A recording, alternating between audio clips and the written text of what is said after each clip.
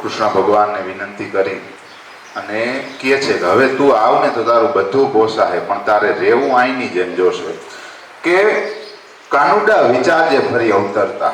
સાંભળજો, અને શબ્દ છે એ સરસ છે.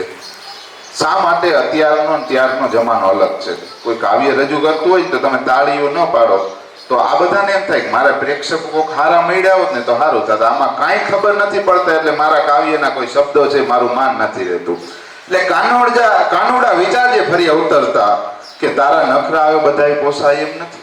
તે જે નખરા કર્યા એ કોઈ નખરા આવે ત્યાં અહીંયા પોસાય એમ નથી. અમૂલમાં કરાવી આપીશ તારી ઓળખાણ. અમૂલ ડેરીમાં કે અમૂલમાં કરાવી આપીશ તારી ઓળખાણ. માખણ ને મટકા આવે ઘરમાં પણ પોસાય તેમ નથી. કે જોગરા પાર્ક ધરતી પાસે જ છે. પાર્કનું નામ છે જોગરા પાર્ક, ધરતી પાસે જ છે. વૃંદાવનની ટિકિટ મને એમને મળતી નથી. કાનુડા ફરી વિચારજે એક વખત. લઈ મોબાઈલ અને પહોંચી જજે. તથા તું આવ ને તો હવે તારી પાસે વાંસળી ને શંખ ને નહીં હાલે. કે લઈ મોબાઈલ અને પહોંચી જજે. તથા વાંસળી તો ક્યાંય જડે એમ નથી. કાનુડા ફરી વિચારજે અવતરતા એક વખત. આધાર કાર્ડ તો બનાવવું જ પડશે.